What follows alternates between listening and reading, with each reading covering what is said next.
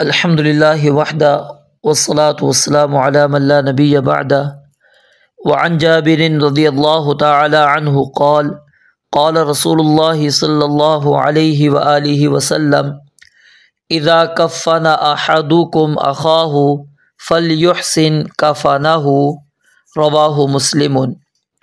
سیدنا جابر رضی اللہ تعالی عنہ سے روایت ہے، فرماتے ہیں رسول مکرم صلی اللہ علیہ وآلہ وسلم نے ارشاد فرمایا، اذا جب کفنا کفن دے احدکم تم میں سے کوئی ایک اخاہ اپنے بھائی کو، فلیحسن پس چاہیے کہ اچھا دے کفنہ اسے کفن، یعنی اس کو اچھا کفن دینا چاہیے۔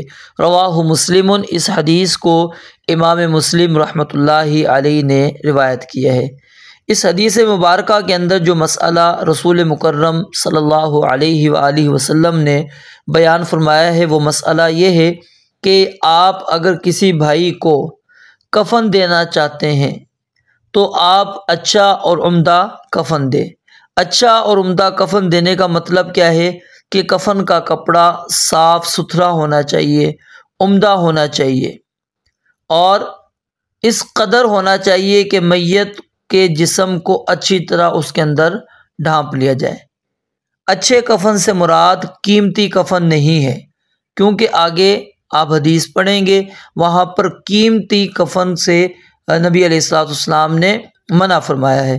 تو اس لیے اچھے کفن سے مراد کیا ہے کہ آپ صاف ستھرا، عمدہ اور اس قدر ہو کہ میت مکمل طور پر اس کے اندر ڈھانپ لی جائے، اس کو چھپا لیا جائے، اتنا کپڑا ہونا چاہیے۔